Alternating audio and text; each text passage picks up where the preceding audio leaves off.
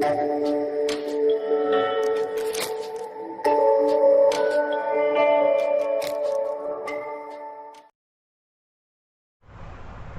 Morning बच्चों। तो आज हम इलेक्ट्रोस्टैटिक के लेक्चर को कंटिन्यू करते हैं बेटा, ठीक है। तो आगे अगर हम बात करते हैं तो लास्ट लेक्चर पे अगर हम बात करें तो लास्ट लेक्चर पे हमने बात कर ली थी, हमने आपको कुछ क्वेश्चन कराए थे बेटा। क्या कराए थे? क्वेश्चन कराए थे। और हमने आपको बताया था इनफाइनाइट लाइन चार्ज के बारे में। तो हमने आपको बताया था, वास्तव ध्यान से देखिए, तो हमने आपको बताया था कि इनफाइनाइट नाम की कोई भी एक्चुअल टर्म नहीं होता। इनफाइनाइट इज नॉट अ, ठीक है, actual term, it is a relative term. कैसा टर्म होता है बेटा? Relative.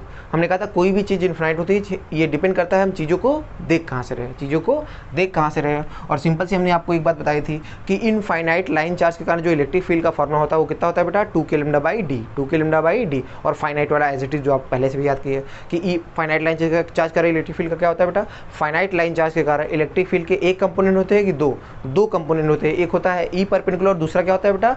E parallel. E perpendicular की वैल्यू होती है k lambda by D sign theta 1 plus sine theta 2, और दूसरा होता है बेटा E parallel k lambda by D cos theta 2 minus cos theta 1। और इन फॉर्मूलों को याद रखने के साथ साथ चार बातें और ध्यान रखनी होती है। पहला क्या बेटा?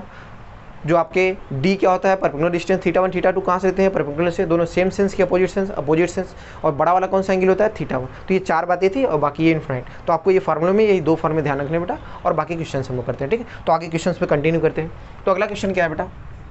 अगर हम बात करें अगला क्वेश्चन क्या है आपका, कल मैंने आपको एक क्वेश्चन कराया था बेटा, याद होगा आपको, ठीक है। तो आखिरी जो क्वेश्चन हमने कल कराया था आपको, तो वहाँ से अंदाजा लग रहा था कि थीटा 1 थीटा 2 दोनों सेम सेंस में नहीं अपोजिट सेंस में लेते हैं। इसलिए आपने देखा था शायद जो थीटा 2 था उसको हमने क्या लिखा था बेटा? 327 डिग्री। क्या लिखा था? नहीं 323 या कुछ ऐसे लिखा था। कितना लिखा था? 323 डिग्री। हाँ 323 डिग्री और माइनस 37 डिग्री ऐसा लिखा था नहीं बेटा? इसीलिए लिखा था क्योंकि वो सेम सेंस में आ जा रहा था, ठीक है बेटा। अब अगले क्वेश्चन की बात करते हैं। अगला क्वेश्चन क्या है कि ये आपका एक स्क्वायर है। क्या बेटा? क्वेश्चन देखिए बेटा, ये एक स्क्वायर है, ठीक। यहाँ पर जो चार्ज का डिस्ट्रीब्यूशन है वो लैम्डा कूलम पर मीटर है बेटा। यहाँ पर भी क्या है बेटा? लैम्डा कूलम पर मीटर है। इस वाले पे हमने माना कि minus lambda coulomb per metre है बेटा। और यहाँ पर भी चार्ज का डिस्ट्रीब्यूशन क्या है बेटा? Minus lambda coulomb per metre. आराम से देखिए बेटा, ठीक है। ये क्या है बेटा? एक स्क्वायर है बेटा। क्या है ये? स्क्वायर है, ठीक है। Square of side A, square of side A. ये स्क्वायर है जिसकी साइड क्या है बेटा? ए। तो क्वेश्चन आप समझ में आ रहा है बेटा? एक स्क्वायर है बेटा जिसकी साइड क्या है बेटा? ए है। और इसके अगर इस साइड पे बात करें तो चार्ज का डिस्ट्रीब्यूशन है लैम्डा कूलम पर मीटर। इस पे भी लैम्डा कूलम पर मीटर है। यहाँ पे minus lambda coulomb per metre और यहाँ पे minus lambda coulomb per metre. आपसे क्वेश्चन में पूछा गया है इसके सेंटर पे, स्क्वायर के सेंटर पे आपको बताना है इलेक्ट्रिक फील्ड। तो क्वेश्चन में आपसे क्या पूछा है? Find electric field at the centre. आपको बताना है बेटा सिंपल सा, सेंटर पे इलेक्ट्रिक फील्ड। क्या बताना है? सेंटर पर इलेक्ट्रिक फील्ड। तो कैसे निकालेंगे बेटा? सेम वही, क्या हर एक लाइन चार्ज के कारण हम यहाँ इलेक्ट्रिक फील्ड निकाल लें और सबको वेक्टरली जोड़ ले, काम खत्म। तो ध्यान से आप देखो, सोचो इसकी स्क्वायर की साइड कितनी है बेटा? ए है। तो ध्यान से देखो, अगर इसको इससे से मिला दो बेटा, ठीक है। तो ध्यान से अगर आप देखो बेटा, ऐसे देखो, चार सेक्शन है ना आपके। तो सोचो जो ये वाला पॉइंट है यहाँ पे इलेक्ट्रिक फील्ड निकालना है। तो यहाँ से अब इस लाइन, अभी इसके बारे में सोचो केवल, अभी हम इसके कारण इस पॉइंट पर इलेक्ट्रिक फील्ड लिख रहे हैं। तो ध्यान से बताओ, इस लाइन चार्ज कर इस पॉइंट पे इलेक्ट्रिक फील्ड को क्या करोगे? यहाँ से परपेंडिकुलर डालो बेटा। अगर मैं परपेंडिकुलर डालूंगा तो सोचो पूरी लेंथ कितनी है? पूरी साइड बताओ, ये साइड कितनी है बेटा? ए है। तो सोचो ये इसका आधा होगा, a/2 होगा कि नहीं? इसका ये वैल्यू क्या होगी बेटा? a/2। बात क्लियर कि नहीं बेटा? भाई साइड इसकी कितनी है? टोटल ए है बेटा। तो ये इसका आधा ही है ना सेंटर से। सोचो ये पूरी ए है तो ये a/2 होगा कि नहीं बेटा? तो सबसे पहले d का मान कितना है आपके पास? d की वैल्यू आया बेटा a/2। मेरी बात सब पर। अब बात करते हैं थीटा 1 थीटा 2। आराम से देखो बेटा, ये कितना होगा और ये कितना होगा एंगल? सोचो बताओ, ये स्क्वायर है कि नहीं बेटा? तो स्क्वायर के जो डायगोनल होते हैं क्या 90 पे कट करते हैं कि नहीं बेटा? तो ध्यान से बताओ ये वाला एंगल कितना होगा? ये 90 पे कट करते हैं। तो ध्यान से बताओ, ये आपका पूरा एंगल 90 है और ये डायगोनल क्या होगा? ये बाइसेक्ट करेगा इसको, तो ये 45, ठीक है। अगर ये 45 तो हम जानते हैं ये वाला भी क्या होगा बेटा? 45। ऐसे क्या ये वाला भी 45? तो ये एंगल कितना हो जाएगा बेटा? तो ये भी एंगल हमारा 45 होगा और ये एंगल भी क्या होगा? 45। तो ये आपके दोनों एंगल क्या होंगे? 45 45। क्लियर है बेटा? तो ध्यान से बताओ, क्या यही थीटा 1 और थीटा 2 है ना इस लाइन चार्ज के लिए? तो बताओ θ1 θ2 क्या है बेटा, क्या दोनों बराबर है क्या? तो θ1 बराबर θ2 इक्वल टू 45।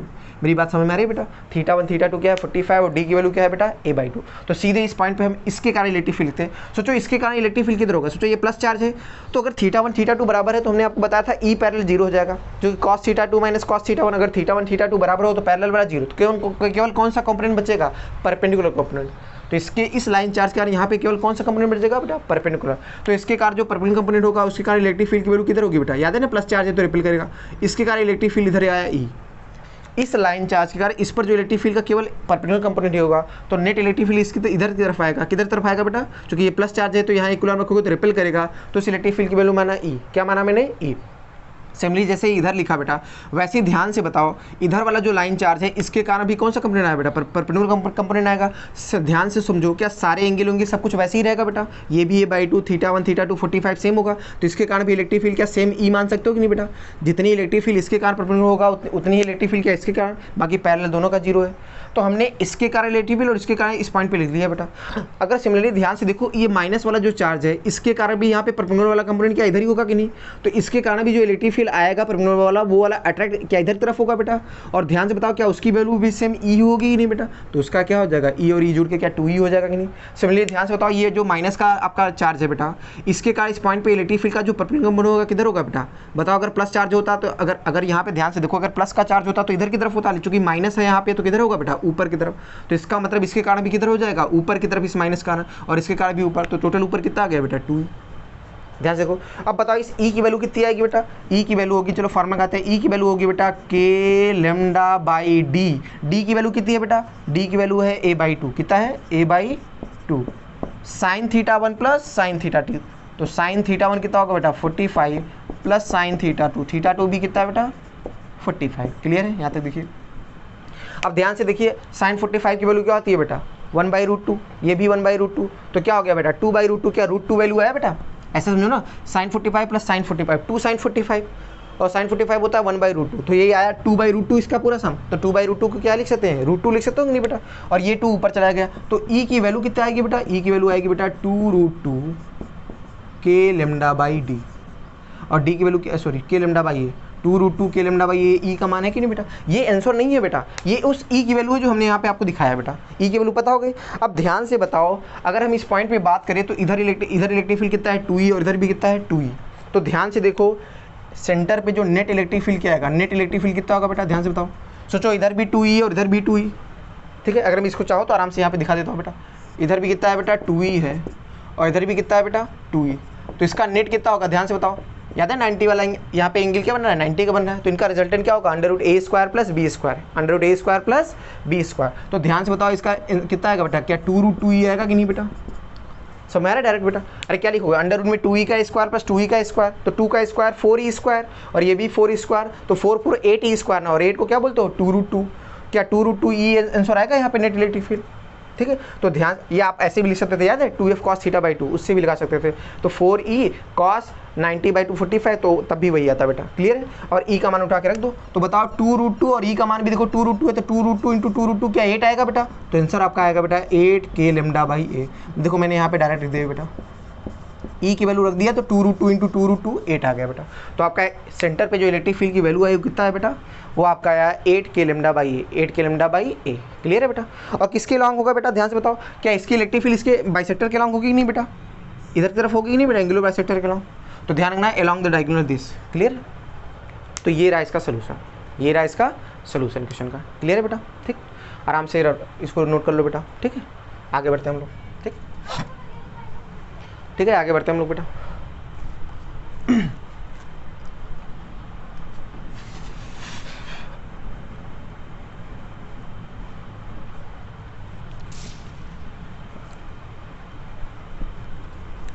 तो बेटा आप ठीक है बेटा, अब हम अगले क्वेश्चन की शुरुआत करते हैं बेटा। तो अगला क्वेश्चन क्या है बेटा, अगला क्वेश्चन है एक आपका लाइन चार्ज है बेटा, ठीक है ना। ऐसा समझो एक इन्फिनाइट लाइन चार्ज था, उसको हमने मोड़ के ऐसे कर दिया बेटा, उसको हमने मोड़ के ऐसे कर दिया बेटा, ठीक है ना। एक इन्फिनाइट लाइन चार्ज था, उसको हमने मोड़ के कैसे कर दिया बेटा, इसको ऐसे कर दिया, ठीक है ना। अब ध्यान से बताओ, इस पर जो चार्ज का डिस्ट्रीब्यूशन है, इस पर जो चार्ज का डिस्ट्रीब्यूशन है वो कैसे है बेटा, लैम्डा कूलम्ब पर मीटर, लैम्डा कूलम्ब पर मीटर। तो आपसे बोला गया, आपसे क्वेश्चन में क्या पूछा है, यहाँ से ए दूरी पर, कितनी दूरी पर बेटा, ए दूरी पर और इस वाले से भी ए दूरी पर, ठीक है। यहाँ पर एक पॉइंट है, ये पॉइंट पी मैं बोल रहा हूँ, क्या बोल रहा हूँ, यहाँ पे पॉइंट एक पी है। आपसे क्वेश्चन में पूछा है, ठीक है बेटा, ये इनफाइनाइट है, आप समझ पा रहे हो बेटा। आपसे पूछा है इस लाइन चार्ज के कारण इस पॉइंट पी पर क्या निकालना है आपको, इलेक्ट्रिक फील्ड। तो आपसे क्वेश्चन में क्या पूछा है, आपसे क्वेश्चन में पूछा गया है electric field at point P. आराम से क्वेश्चन देख लीजिए। अगर शॉर्टकट में क्वेश्चन बात करें तो आपसे क्वेश्चन में पूछा क्या गया बेटा, electric field at point P, सही है बेटा। तो पी पॉइंट पे आपको क्या निकालनी है, इलेक्ट्रिक फील्ड। अब जिनको ट्राई करना है बेटा वो स्क्रीन पॉज करके अपना ट्राई करें, और जिनको लग रहा है थोड़ा डाउट है उसके बाद आप सोल्यूशन मैच करें। तो सब लोग ट्राई करिए बेटा, स्क्रीन पॉज करके ट्राई करिए, उसके बाद सोल्यूशन मैच करिए। तो हम निकालते हैं पी पॉइंट पे इलेक्ट्रिक फील्ड। तो यहाँ पे सोल्यूशन पे आप आते हैं बेटा। तो अगर हम सोल्यूशन की इसकी बात करें तो पी पॉइंट पे इलेक्ट्रिक फील्ड निकालने के लिए क्या करेंगे बेटा, सिंपल सा, सबसे पहले आप एक एक लाइन चार्ज को कंसिडर कीजिए। जैसे हम इस लाइन की चार्ज की बात करें, पहले इसके कारण इस पे इलेक्ट्रिक फील्ड निकाल लीजिए, जैसा इसके कारण होगा वैसा ही इसके कारण सिमिलरली होगा बेटा। तो ध्यान से अगर आप देखिए, इस वाले के कारण यहाँ पे इलेक्ट्रिक फील्ड किधर आएगा बेटा, इस वाले लाइन चार्ज कारण यहाँ पे इलेक्ट्रिक फील्ड की वैल्यू किधर आएगी बेटा। तो ध्यान से आप देखो, लिखेंगे बेटा, तो इसके लिए थीटा 1 थीटा 2 निकालोगे नहीं। अब ध्यान से बताओ, ये वाला तो इन्फिनिटी पे है, तो ध्यान से देखो थीटा 1 की बात करते हैं सबसे पहले। सोचो ये वाला इन्फिनिटी पे है तो ये 90 बना रहा है कि नहीं। सोचो ये वाला एंगल कितना होगा, 45। ये समझ में आ रहा है बेटा 45 कैसे है बेटा, सब लोग ध्यान दीजिए। 45, ये वाला तो 90 है बेटा, ये 45 कैसे है बेटा, तो ये 45 इसलिए आया चूंकि ये स्क्वायर है बेटा। क्या है बेटा, स्क्वायर। तो डायगोनल क्या होगा बेटा, ये 45 आएगा कि नहीं, ये पूरा 90 का एंगल होता है, तो ये क्या होगा, बाइसेक्ट करेगा ना, तो ये 45 एंगल आएगा। इसका मतलब एक एंगल है 90 और एक है 45। तो हम जानते हैं थीटा 1 बड़ा वाला एंगल होता है, इसका मतलब थीटा 1 की वैल्यू क्या होगी बेटा, 90, और थीटा 2 हमारा क्या आ जाएगा बेटा, 45। और डी तो आपको दिख रहा है यहाँ पे, डी इज द परपेंडिकुलर, यही तो परपेंडिकुलर डिस्टेंस है। तो डी आपको किसके बराबर है, यहाँ पे डी की वैल्यू तो ये के बराबर है। तो क्या फॉर्मूला लगाते हैं बेटा, सोचो इस लाइन चार्ज के कारण इस पॉइंट पी पे एक कंपोनेंट होंगे, दो, एक होगा ई परपेंडिकुलर और एक होगा ई पैरेलल, ठीक है बेटा। सोल्यूशन में ध्यान देना, दोबारा डायग्राम इसको बनाना है आपको। तो ई परपेंडिकुलर किधर जाएगा बताओ, इस लाइन चार्ज का परपेंडिकुलर कंपोनेंट क्या इधर जाएगा बेटा। अब बताओ इस ई परपेंडिकुलर की वैल्यू कितनी होगी बेटा, तो चलो ई परपेंडिकुलर वैल्यू लिखते हैं। तो फॉर्मूला क्या लगाओ बेटा, ई परपेंडिकुलर वैल्यू आएगी के लेमडा बाई डी, डी की वैल्यू क्या है बेटा, A sine theta 1 plus sine theta 2, यही तो आएगा बेटा। देखो के लेमडा बाई डी, डी की वैल्यू क्या है, ए साइन थीटा 1, थीटा 1 क्या होगा 90, साइन 90 की वैल्यू क्या होती है बेटा 1, यहीं पे लिख देना बेटा। और plus sine theta 2, sign theta 2 क्या होगा बेटा 45, तो इसका हो जाएगा साइन 45, तो ये तो 1/√2 होता है। मेरी बात समझ में आ रही है बेटा। तो इस लाइन चार्ज का इस पॉइंट पी पर जो परपेंडिकुलर कंपोनेंट होगा वो होगा k lambda by a sine 90 plus sine 45। तो आपका हो जाएगा साइन 90 होगा 1 और साइन 45 होगा 1/√2। क्लियर है बेटा। और दूसरा बात करते हैं ई पैरेलल। सोचो इधर चार्ज ज़्यादा है, किधर चार्ज ज़्यादा है, इधर चार्ज ज़्यादा है, तो पैरेलल वाला किधर आएगा बेटा, इधर की तरफ होगा। तो ई पैरेलल जो आपका आएगा बेटा इधर की तरफ आएगा। तो उसको मैं थोड़ा सा आपको साफ साफ दिखा रहा हूँ बेटा। तो मैं इसको थोड़ा सा ऊपर कर दूँ बेटा, चार्ज का डिस्ट्रीब्यूशन लेमडा कूलम पर। तो सोचो ई पैरेलल किधर की तरफ आएगा, क्या ई पैरेलल इधर होगा कि नहीं बेटा। अब बताओ इसकी वैल्यू क्या होगी बेटा, कहोगे सर के lambda by D cos theta 2 minus cos theta 1, यही तो फॉर्मूला लगाओगे बेटा। पैरेलल के लिए क्या हो, अभी इसके लिए पैरेलल लिख रहा हूँ बेटा। सोचो इधर चार्ज ज़्यादा इधर कम है तो पैरेलल इधर आएगा बेटा। तो फॉर्मूला क्या होगा बेटा, के lambda by D cos theta 2 minus cos theta. तो के लेमडा बाई डी, डी की वैल्यू क्या ए है बेटा, कॉस थीटा 2, कॉस थीटा 2 मतलब कॉस 45, कॉस 45 क्या होता है बेटा 1/√2, क्या होगा बेटा 1/√2 minus cos theta 1, cos theta 1 cos 90, और कॉस 90 की वैल्यू क्या होती है बेटा 0 होती है। तो यहाँ पे वैल्यू क्या आ गया बेटा, केवल आपका आया के लेमडा बाई ए इंटू 1/√2, के lambda by A into 1/√2। Clear है बेटा। अच्छा, तो इस लाइन चार्ज के कारण हमने परपेंडिकुलर भी लिख दिया और पैरेलल भी लिख दिया। क्लियर है बेटा। अब जैसे हमने इसके कारण लिखा है क्या सिमिलरली वैसे ही इसके कारण भी होगा, क्योंकि ये भी 45 90 सब कुछ वही है बेटा। तो बताओ इसके कारण यहाँ पे परपेंडिकुलर कंपोनेंट किधर होगा बेटा। सोचो ये दूरी ए है तो परपेंडिकुलर क्या इधर होगा कि नहीं बेटा। तो परपेंडिकुलर की वैल्यू क्या आएगी, क्या सेम जो इसके परपेंडिकुलर वैल्यू है वही इसके परपेंडिकुलर वैल्यू होगी कि नहीं बेटा। ध्यान से देखिए बेटा, जो इसके परपेंडिकुलर की वैल्यू है ई परपेंडिकुलर वही इसके भी ई परपेंडिकुलर वैल्यू होगी बेटा। तो इसके ई परपेंडिकुलर की वैल्यू क्या होगी बेटा, तो सेम बताओ वही लिख दो बेटा, के lambda by a sine theta 1 plus sine theta 2। Clear है बेटा। और बताओ ई पैरेलल किधर होगा बेटा। सोचो इधर चार्ज ज़्यादा इधर कम है तो पैरेलल क्या नीचे आएगा कि नहीं बेटा। तो ई पैरेलल आपका नीचे आएगा बेटा। इसको मैं यहाँ दिखा दे रहा हूँ। तो ये रहा ई पैरेलल। ई पैरेलल की वैल्यू क्या होगी बेटा, सेम इसके बराबर बेटा, के लेमडा बाई ए इंटू 1/√2। यहाँ तक सही है बेटा। अब ध्यान से देखो, इस वाले पॉइंट पी पर कितने इलेक्ट्रिक फील्ड है। अब देखो 4 हैं, एक ऊपर की तरफ है, एक नीचे की तरफ है, एक आगे की तरफ है और एक पीछे। ध्यान से बताओ ऊपर तरफ कितना है, के लेमडा बाई ए 1 + 1/√2 और नीचे है के लेमडा बाई ए 1/√2। तो ध्यान से बताओ ये ज़्यादा है ये कम है, तो इस वाले में जिसको घटाओगे तो ये 1/√2 वाला कैंसिल हो जाएगा कि नहीं। यहाँ पे देखो जब के लेमडा बाई ए कॉमन लोगे तो 1 + 1/√2 माइनस ए 1/√2, तो 1/√2 वाला कैंसिल। तो ध्यान से देखो पी पॉइंट पे नेट इलेक्ट्रिक फील्ड कितनी आ रही है बेटा, ऊपर की तरफ आ रहा है के लेमडा बाई ए, क्या आ रहा है बेटा के लेमडा बाई ए, ध्यान से देखो। सिमिलरली बताओ इधर की तरफ क्या है के लेमडा बाई ए 1 + 1/√2, इधर है के लेमडा बाई ए 1/√2। सोचो इधर ज़्यादा इधर कम है, तो दिस माइनस दिस करोगे तो 1/√2 वाला यहाँ कट जाएगा बेटा, तो केवल क्या बचेगा के लेमडा बाई ए। तो आगे की तरफ जो इलेक्ट्रिक फील्ड आएगी वो कितनी है बेटा के लेमडा बाई ए। यहाँ तक बात सही है बेटा। अब ध्यान से बताओ आगे तरफ इलेक्ट्रिक फील्ड है के लेमडा बाई ए और ऊपर तरफ भी क्या है बेटा के लेमडा बाई ए। तो ध्यान से बताओ नेट इलेक्ट्रिक फील्ड कैसे निकालोगे, क्या वो एंगुलर बाइसेक्टर के अलॉन्ग होगा नहीं बेटा? जो नेट इलेक्ट्रिक फील्ड होगा किसके अलॉन्ग होगा बेटा अलॉन्ग द एंगुलर बाइसेक्टर। क्यों बोला अलॉन्ग द एंगुलर बाइसेक्टर बेटा? इसलिए बोला कि दोनों के मैग्नीट्यूड क्या है बेटा बराबर है। और बताओ दोनों के बीच का एंगल क्या है बेटा 90 है क्या नहीं बेटा? दोनों के बीच का एंगल भी क्या है 90 है। तो बताओ ई नेट की वैल्यू क्या आएगी बेटा, क्या ई नेट बराबर √a² + b² की नहीं बेटा? तो √a² + b² करोगे तो क्या होगा बेटा सेम है। तो सीधे सीधे क्या बोलोगे के लेमडा बाई ए √2, सीधे आएगा √2 के लेमडा बाई ए। समझ में आ रहा है बेटा? तो ये रहा दूसरे क्वेश्चन का आंसर, ये रहा दूसरे क्वेश्चन का आंसर। क्लियर है बच्चों यहाँ तक? ठीक, यहाँ तक सही है बेटा? तो ठीक है बेटा, क्लियर है ये क्वेश्चन? ठीक है, अगले क्वेश्चन पे आते हैं हम लोग। अगला क्वेश्चन क्या है बेटा, थोड़ा अच्छा क्वेश्चन है ये बेटा, ठीक है, इस क्वेश्चन पर फोकस करिएगा। क्वेश्चन क्या है बेटा, एक इनफिनाइट लाइन चार्ज है। क्वेश्चन क्या है बेटा, अब देखो जो भी क्वेश्चन आपको करा रहे हैं अच्छे लेवल वाले क्वेश्चन है बेटा, ध्यान रखना बेटा। ठीक है, शुरुआत के 2 क्वेश्चन जो बताया वो थोड़ा आसान है, अब ये थोड़ा अच्छा क्वेश्चन है। क्वेश्चन में क्या है बेटा, एक लाइन चार्ज है, इस पर चार्ज का डिस्ट्रीब्यूशन है लैम्डा कूलम पर मीटर। इस पर चार्ज का डिस्ट्रीब्यूशन क्या है बेटा lambda coulomb per metre. Question में क्या बोला है, इस लाइन चार्ज से कितनी दूरी पर, क्वेश्चन में बोला है इस लाइन चार्ज से ए दूरी पर अपने पास एक चार्ज क्यू है। क्या है बेटा, इस लाइन चार्ज से ये दूरी पर एक चार्ज क्यू है जिसका मास क्या है बेटा m है। ठीक है, वो क्या है यहाँ पर ये इक्विलिब्रियम में है, ये यहाँ पर इक्विलिब्रियम में बेटा। अच्छा बताओ कैसे इक्विलिब्रियम हो सकता है, सोचो बेटा। हमने कहा ये एक लाइन चार्ज है, ये इन्फिनाइट लाइन चार्ज है बेटा, यहाँ से ए दूरी पर एक चार्ज क्यू जिसका मास m है वो क्या है बेटा इक्विलिब्रियम में। तो बताओ ये इक्विलिब्रियम में कैसे हो सकता है, सिंपल सा तरीका बेटा। सोचो नीचे की तरफ इसमें कौन सा फोर्स लगेगा mg, और ऊपर तरफ कौन सा फोर्स लगेगा इलेक्ट्रोस्टैटिक फोर्स। क्या इलेक्ट्रोस्टैटिक फोर्स अगर mg को बैलेंस कर ले तो क्या इक्विलिब्रियम में है कि नहीं बेटा? तो क्वेश्चन में आपसे बोला है कि ये जो चार्ज क्यू है ये यहाँ पे इक्विलिब्रियम में है।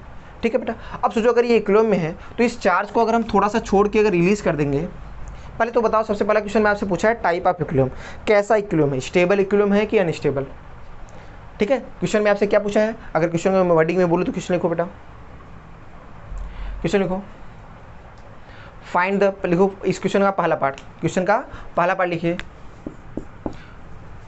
Find the type of equilibrium, find the type of equilibrium. आपको बताना होगा ये चार्ज क्यू कौन सा इक्विलिब्रियम है, स्टेबल इक्विलिब्रियम है कि अनस्टेबल है कि न्यूट्रल है। तो पहला आपका क्या है बेटा, दोबारा नोट कर लीजिए बेटा, find the type of equilibrium, find the type of equilibrium. पहला क्वेश्चन हो गया बेटा। इसका दूसरा क्वेश्चन का पार्ट देखो बेटा, दूसरा आपसे क्या पूछा है बेटा, दूसरा आपसे बोला है, दूसरे में लिखिए बेटा क्वेश्चन नंबर 2 इसका जो है। ठीक है, इसका 2 सेक्शन है बेटा। पहला वाला आपको टाइप ऑफ इक्विलिब्रियम बताना है, दूसरे वाले लिखिए, देखो if we slightly displace the charge q from its equilibrium position, if we slightly displace charge q from its equilibrium position, then find time period of oscillation, then find time period of oscillation। Clear है बेटा? अब ध्यान से अगर आप समझो, वैसे आप फोकस करते हैं बेटा, तो सबसे पहले बताओ या तो हो गया सबका नोट बेटा। ठीक है, तो ये क्वेश्चन है आपका बेटा। ठीक है, तो जिनको आता है वो स्क्रीन पॉज करके ट्राई करे बेटा। ठीक है, सब लोग ट्राई करिए बेटा, उसके बाद सोल्यूशन आप देखिए। तो आते हैं सोल्यूशन पे इसके बेटा।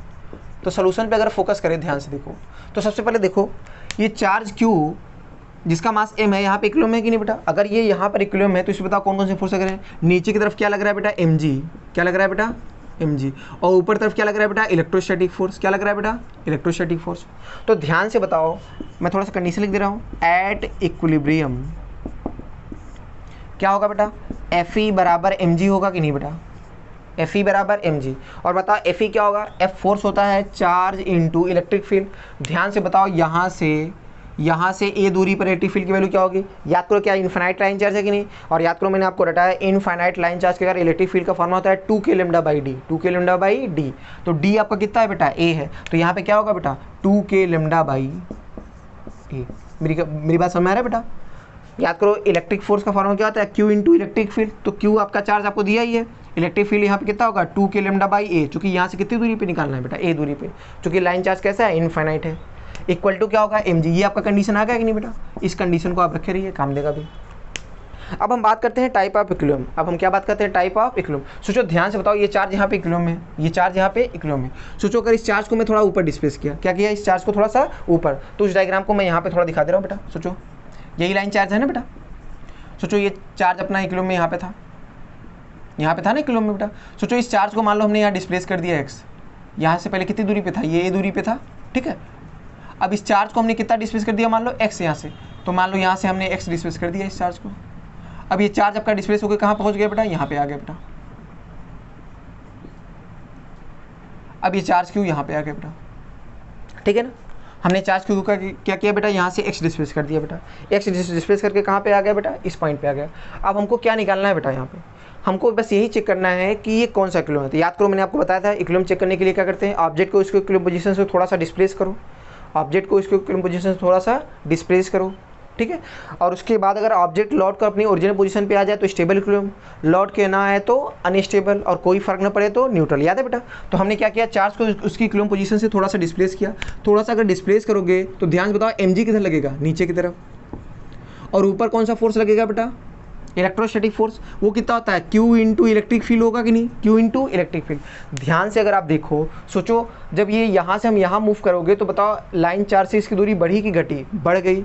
अगर दूरी बढ़ी तो सोचो इलेक्ट्रिक फील्ड का फार्मूला होता है 2k लैम्डा बाई डी। क्या होता है इलेक्ट्रिक फील्ड का formula, 2k lambda by D. तो ध्यान से देखो d का मान बढ़ा कि घटा, बढ़ा। अगर d बढ़ा तो इलेक्ट्रिक फील्ड घटा, और इलेक्ट्रिक फील्ड अगर घटा तो इलेक्ट्रिक फोर्स घटा। सोचो इसका मतलब जैसे हम दूर जाएंगे क्या इलेक्ट्रिक फोर्स घट जाएगा कि नहीं, इलेक्ट्रिक फोर्स घट जाएगा, लेकिन mg तो वही है। अगर ध्यान दो यहाँ पे क्या बताओ, इलेक्ट्रोस्टैटिक फोर्स बराबर mg है कि नहीं बेटा। जैसे ही हम यहाँ से थोड़ा सा x डिस्प्लेस करेंगे, सोचो इलेक्ट्रोस्टैटिक फोर्स घट गया, क्यों, चूंकि इलेक्ट्रिक फील्ड घट गई, लेकिन जो mg है वो तो वही है, उसमें कोई भी चेंज नहीं होगा। तो बताओ नेट फोर्स किधर होगा, ऊपर की तरफ कि नीचे की तरफ, नीचे की तरफ। किधर होगा बेटा, नीचे। क्यों नीचे की तरफ, समझ पा रहे हो बेटा, क्योंकि यहाँ पर mg और fe बराबर था बेटा, लेकिन जैसे हम ऊपर जाएंगे mg तो वही रहेगा, लेकिन fe कम हो जाएगा, और fe कम हो गया तो नेट फोर्स किधर रहेगा, नीचे की तरफ। और नेट फोर्स अगर नीचे की तरफ आया, इसका मतलब क्या लौट के वापस आएगा कि नहीं, और लौट के वापस आया तो कौन सा इक्विलिब्रियम, स्टेबल इक्विलिब्रियम। कौन सा इक्विलिब्रियम, स्टेबल। इसका मतलब यहाँ पे इक्विलिब्रियम में क्या लिखोगे बेटा, स्टेबल इक्विलिब्रियम। समझ रहे बेटा, स्टेबल अनस्टेबल देखना हमने आपको पहले से सिखाया था बेटा, स्टेबल और अनस्टेबल इक्विलिब्रियम देखना हमने पहले से आपको सिखाया था बेटा। तो अगर बातें आपको क्लियर है तो आपको ये समझ में आएगा। क्लियर बेटा, आगे बढ़ते हैं हम लोग। तो हमको एक बात तो समझ आ गई कि कैसा इक्विलिब्रियम है बेटा, स्टेबल इक्विलिब्रियम है।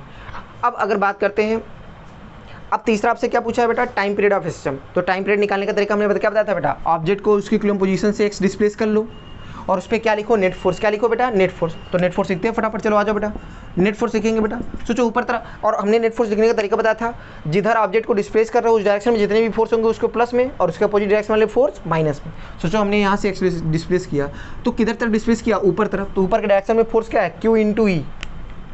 सोचो उस E की वैल्यू कितनी होगी बेटा, सोचो ध्यान से बताओ। अब यहाँ पे चार्ज है ना, अब तो चार्ज कहाँ पे बेटा, यहाँ पे है बेटा। तो सोचो इस लाइन चार्ज से दूरी कितनी हो जाएगी, a प्लस एक्स। तो बताओ इस पॉइंट पर जो E की वैल्यू होगी वो लिख रहा हूँ बेटा। तो E की वैल्यू होगी बेटा 2k लैम्डा अपान क्या a प्लस एक्स हो जाएगा कि नहीं बेटा, क्योंकि D का मान कितना है, a plus x, minus.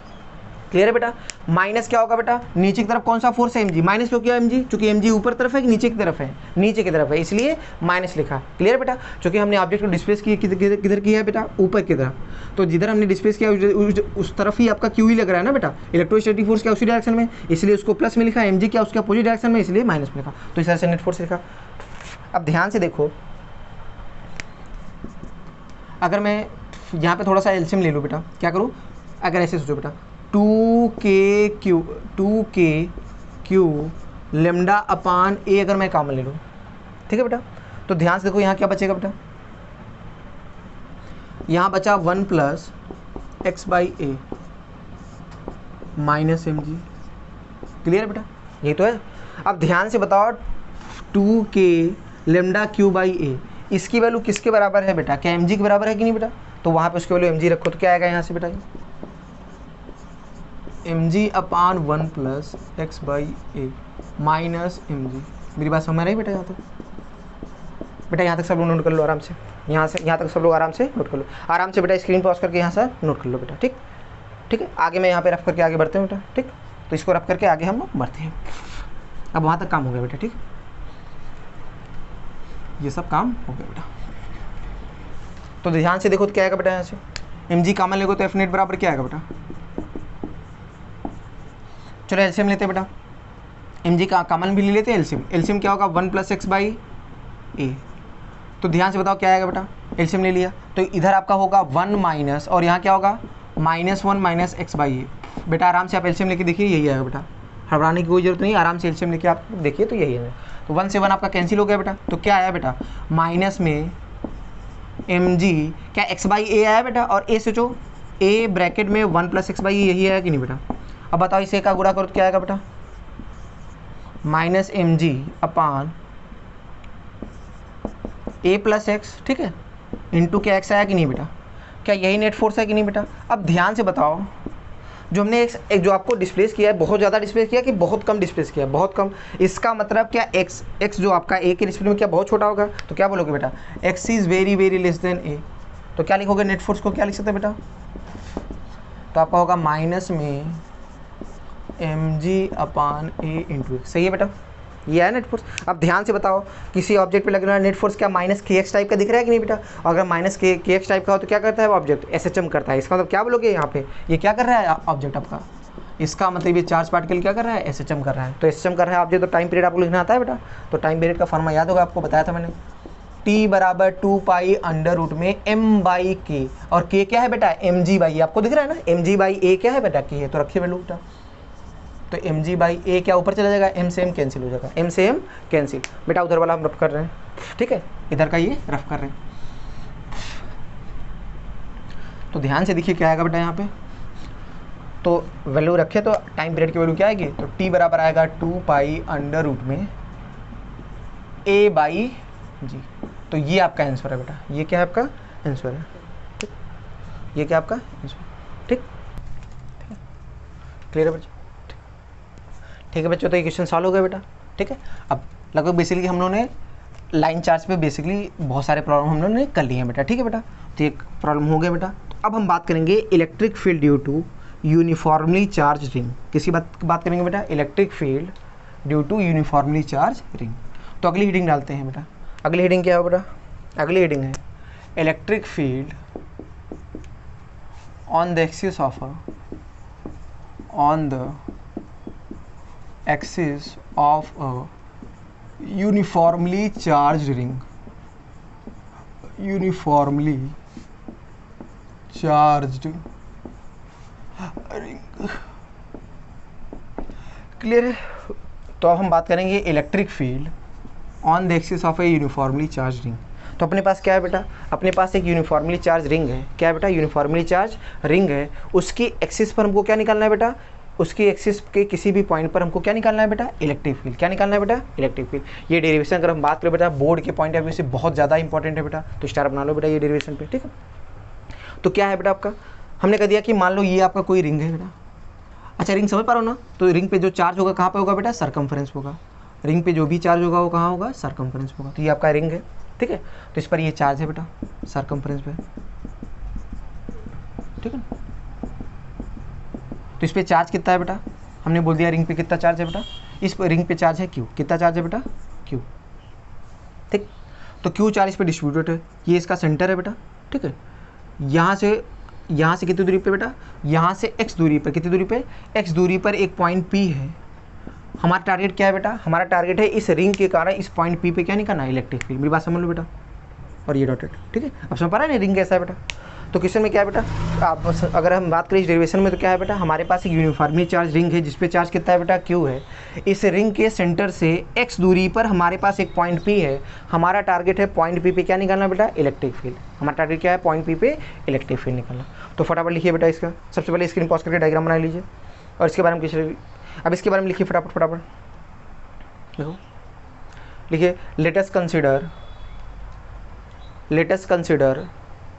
a uniformly charged ring, let us consider a uniformly charged ring having charge q, ठीक। उसके आगे लिखिए full stop, we consider a point P at a distance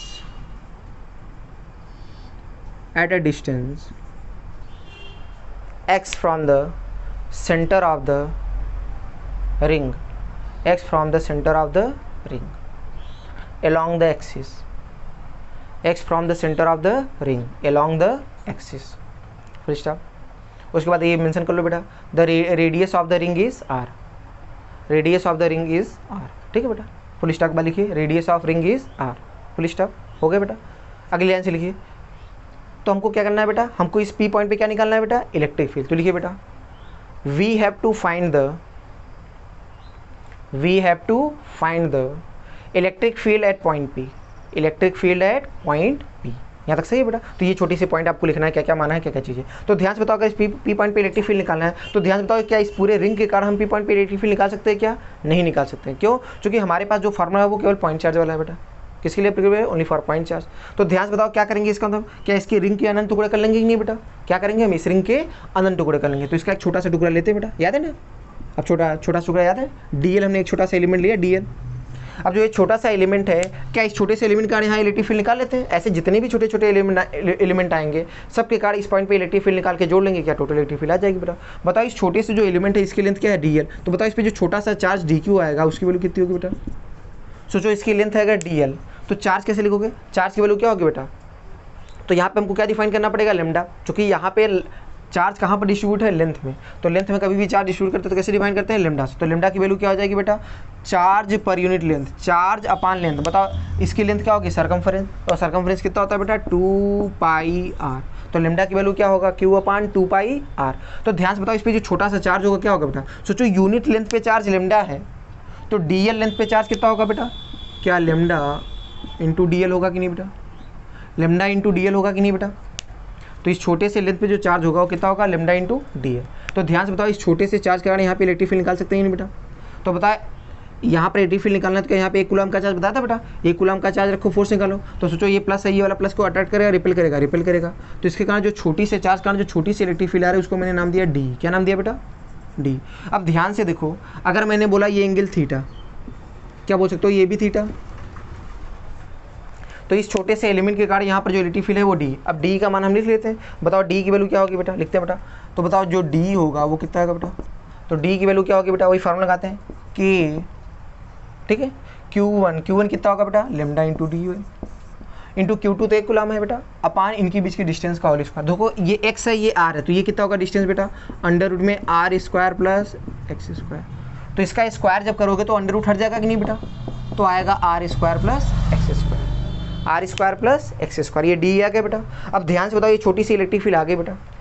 अब अगर बेसिक बात ध्यान दो, सोचो हर एक एलिमेंट के कारण यहाँ पे ऐसे जितने भी एलिमेंट होंगे सबके, सोचो इसके कारण इलेक्ट्रिक फील्ड इधर है तो इसके कारण इधर होगा, इसके सोचो इधर वाले एलिमेंट का इलेक्ट्रिक फील्ड इधर होगा ना।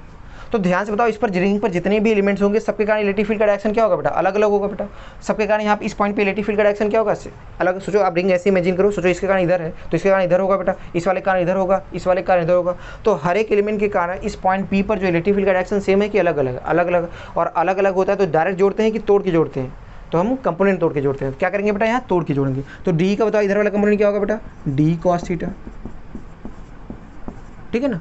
और परपेंडिकुलर कंपोनेंट क्या होगा बेटा, डी साइन थीटा। अब ध्यान से देखो बेटा, जैसे ये एक एलिमेंट है वैसे ही क्या इधर इसका भाई भी होगा ना, इधर वाला। सोचो उसके कारण भी ऐसे इलेक्ट्रिक फील्ड होगा कि नहीं बेटा, उसके कारण भी क्या इधर ऐसे इलेक्ट्रिक फील्ड होगा कि नहीं बेटा। ध्यान से देखो, इस बात को समझा रहा हूँ। जैसे यहाँ एक एलिमेंट है वैसे इसका एक भाई भी है यहाँ पे, क्या उसके कारण भी ऐसे इलेक्ट्रिक फील्ड होगा, वो भी थीटा होगा, तो उसका भी आएगा डी कॉस थीटा और डी साइन थीटा। तो ध्यान से देखो कौन सा ऐसा कंपोनेंट है जो कट जा रहा है, डी साइन थीटा वाला। कौन सा कट जा रहा है बेटा, डी साइन थीटा वाला। और कौन सा जुड़ जा रहा है, डी कॉस थीटा वाला। तो ध्यान से देखो, तो सिमेट्री से अगर हम बोल सकते हैं कि कौन सा कंपोनेंट है जो कट जा रहा है, जो आपका परपेंडिकुलर कंपोनेंट है वो कट जा रहा है, और जुड़ कौन सा रहा है, हॉरिजॉन्टल वाला। तो क्या लिखोगे बेटा इसके आगे, इसके आगे हम सिंपल से लिखेंगे, यहाँ तक बात सही है। इसके आगे आप क्या लिखोगे बेटा, ड्यू टू सिमेट्री। क्या लिखना है बेटा, देख लीजिए वर्डिंग, सिमेट्री के कारण। किसके कारण बेटा, ड्यू टू सिमेट्री। क्या बोलोगे बेटा, जो इलेक्ट्रिक फील्ड का वाई के लॉन्ग, किसके लॉन्ग बेटा, वाई डायरेक्शन में या वर्टिकल डायरेक्शन में जो कंपोनेंट होगा वो क्या होगा, इंटीग्रेशन में डी ई साइन थीटा। यही तो होगा बेटा। बताओ इसकी वैल्यू क्या आएगी, 0, चूंकि ये सब क्या होगा, जितने भी एलिमेंट्स है सबके भाई हैं बेटा अपोजिट डायरेक्शन में, तो सबके कारण जो वर्टिकल कंपोनेंट होगा क्या होगा, कैंसिल हो जाएगा। तो केवल कौन सा कंपोनेंट जुड़ेंगे बेटा, केवल हॉरिजॉन्टल। तो ध्यान से बताओ जो नेट इलेक्ट्रिक फील्ड आएगा वो किसके लॉन्ग आएगा, केवल एक्स के लॉन्ग। तो जो हमारी नेट इलेक्ट्रिक फील्ड आएगी वो आएगी एक्स के लॉन्ग। तो वो क्या होगा बेटा, इंटीग्रेशन में डी कॉस थीटा। ठीक है। अब ध्यान से बताओ, फटाफट वैल्यू रखते हैं बेटा। डी का मान कितना है बेटा, के लेमडा, फटाफट रखते हैं बेटा। तो डी की वैल्यू हम रखते हैं बेटा, तो डी होगा k lambda d l upon are square plus x square into cos theta. बताओ कॉस थीटा कैसे निकालोगे बेटा, देखो यहाँ पे ये एक्स है और ये आपका हाइपोटेनस दिया है, तो कॉस थीटा क्या होगा, बेस अपान हाइपोटेनस होता है कि नहीं बेटा। तो कॉस थीटा लोगे तो आएगा एक्स अपान अंडर रूट में आर स्क्वायर प्लस एक्स, क्योंकि कॉस थीटा फिक्स है बेटा, वेरिएबल थोड़ी है। देखो कॉस थीटा का मान ये है कि नहीं बेटा। आराम से बेटा इस ट्रायंगल पर फोकस करिए, इस वाले ट्रायंगल पर फोकस करिए। कॉस थीटा क्या होगा, बेस अपान हाइपोटेनस, तो आएगा एक्स अपान अंडर रूट में r square plus x square. अब ध्यान से देखिए, यहाँ पे केवल एल ही वेरिएबल है, बाकी सब क्या कांस्टेंट है कि नहीं, तो बाकी सब क्या है बाहर आ जाएंगे, तो बेटा इसको यहाँ लिख रहे हैं, ठीक है। तो इसके आगे वाली चीज़ को यहाँ साफ साफ लिख रहे हैं बेटा, ठीक है। तो ध्यान से देखिए, तो क्या आएगा बेटा, क्या ई एक्स ही तुम्हारा नेट होगा कि नहीं बेटा, यही जो ई एक्स होगा क्या यही नेट इलेक्ट्रिक फील्ड होगा। तो आप बोलो ई एक्स बोलो चाहे इसको ई नेट, तो मैं यहाँ पे ऐसे लिख रहा हूँ। तो आपका जो ई नेट होगा यही किसके बराबर होगा, ई एक्स के बराबर। तो आपकी जो नेट इलेक्ट्रिक फील्ड वो कितनी आएगी बेटा यहाँ पे। तो ध्यान से बताओ, के लेमडा एक्स बाहर आ गया, अपान नीचे देखो आर स्क्वायर प्लस स्क्वायर, यहाँ पे आर स्क्वायर प्लस स्क्वायर का रूट, तो आर स्क्वायर प्लस स्क्वायर पर क्या 3/2 होगा कि नहीं बेटा। तो आएगा बेटा r square plus x square के पावर 3/2। तो केवल क्या बचा इंटीग्रेशन में, डी एल। अब ध्यान से बताओ, लिमिट हम रखते हैं, क्या रखते हैं बेटा, एल की लिमिट। आप लिमिट चाहे यहाँ रख दो चाहे वहाँ पे। ध्यान से बताओ, एल वेरिएबल है, एल हम क्या है बेटा, एल इज द लेंथ। तो देखो जब हम यहाँ से शुरुआत करें तो बताओ एल का मान सबसे पहले क्या है, 0, 0 से कितना होगा बेटा, पूरी लेंथ। भाई एल क्या है बेटा, length on the circumference of the ring है ना। तो अगर हम शुरुआत में बात करें तो लेंथ क्या था, 0, और अगर फाइनली बात करें तो क्या पूरी रिंग आएगी, और पूरी रिंग की लेंथ कितनी होगी, 2πr। सर्कमफ्रेंस की बात हो रही है ना बेटा, हम एल कहाँ पे ले रहे हैं, सर्कमफ्रेंस पे। तो अगर हम बात करेंगे शुरुआत कहाँ से होगी, 0 से, और खत्म कहाँ होगा, पूरी रिंग। तो पूरी रिंग की लेंथ कितनी होगी, 2πr, वही तो सर्कमफ्रेंस होता है बेटा। तो एल की वैल्यू, डी एल की वैल्यू कहाँ से कहाँ होगा बेटा, 0 से 2πr तक। मेरी बात समझ पा रहे हो बेटा। भाई ध्यान को, डी एल कहाँ पे है, जो एल लेंथ ले रहे हैं वो कहाँ ले रहे हैं, सर्कमफ्रेंस पे। तो अगर हम शुरू में बात करें तो 0 था बेटा, और जैसे फाइनली बात करें तो फाइनली क्या पूरा सर्कमफ्रेंस होगा ना, तो कितना होगा, 2πr। अब ध्यान से देखो कितना आएगा बेटा। अब यहीं पे लेमडा की वैल्यू रख देते हैं बेटा, किसका मान, लेमडा का वैल्यू रख देते हैं। तो लेमडा की वैल्यू क्या है बेटा, q अपान 2πr। तो चलो लिखते हैं q अपान 2πr। तो 2πr नीचे आएगा बेटा, और ये आएगा बेटा r square plus x square के पावर 3/। अब ध्यान से अगर आप देखो बेटा, dl है ना, तो इसका इंडिकेशन क्या l आएगा कि नहीं, अरे 1 है ना, कुछ नहीं मतलब 1 है ना बेटा, dl बोल दिया इसका मतलब 1 है ना, तो 1 का इंडिकेशन क्या आएगा बेटा, l, क्या आएगा, l। तो यहाँ पे l को हम क्या करते हैं, यहाँ पे इंटीग्रेट करते हैं बेटा, 0 to 2πr, 0 to 2πr। तो अगर ध्यान से देखिए यहाँ पे अपर लिमिट रखेंगे तो एल की जब अपर वैल्यू रखोगे तो कितना आएगा, 2πr, माइनस लोअर रखेंगे कितना आएगा बेटा, 0। तो ध्यान से अगर आप देखो तो क्या आया बेटा, आपका आ गया k Q x into 2πr upon 2πr bracket में r square plus x square की पावर 3/2। तो 2πr से 2πr कैंसिल हो गया बेटा। तो यहाँ पे जो नेट इलेक्ट्रिक फील्ड आया वो कितना है बेटा यहाँ पे, तो यहाँ पे जो नेट इलेक्ट्रिक फील्ड की वैल्यू आई वो आपका आ गया बेटा के Q x upon are square plus x square to the power 3/2। तो ये बहुत इंपॉर्टेंट फार्मूला है बेटा। तो ये जो इलेक्ट्रिक फील्ड का हमने डेरिवेशन कराया बेटा, के Q x upon are square plus square 3, बहुत इंपॉर्टेंट फार्मूला है बेटा, ठीक है ना। अगर हम बात करें इस फार्मूला को तो काफ़ी इंपॉर्टेंट है बेटा। ये फार्मूला आपको एकदम हमेशा याद होना चाहिए कि करंट के रिंग, सर्कुलर रिंग के कार की एक्सिस पर इलेक्ट्रिक फील्ड का फार्मूला क्या होता है बेटा, के Q x upon are square plus x square power 3/2, जहाँ पे किए जानते हो ना 1/4π epsilon. Q is the charge on the ring, X is the distance of the point P from the centre of the ring. Clear है बेटा। X आपका वो बेसिकली डिस्टेंस है सेंटर से उस पॉइंट की जहाँ पर हमको इलेक्ट्रिक फील्ड निकालना है। तो एक्स आपका ध्यान रखना सेंटर से पॉइंट पी की डिस्टेंस है, या उस पॉइंट की डिस्टेंस है जहाँ पर हमको इलेक्ट्रिक फील्ड निकालना है, किसके अलॉन्ग, एक्सिस के अलॉन्ग। क्लियर है बेटा। तो ये एक्स आपका डिस्टेंस है बेटा, क्या है बेटा, डिस्टेंस। क्यू आपका चार्ज है बेटा, बाकी सारी बातें आप समझ पा रहे हो। तो ये डेरिवेशन आप देख लो बेटा, काफ़ी इंपॉर्टेंट है बेटा, ठीक है। तो आज की क्लास हम लोग यहीं तक करते हैं, इसके आगे कल कंटिन्यू करते हैं बेटा, ठीक है। तो आज की क्लास ओवर बेटा।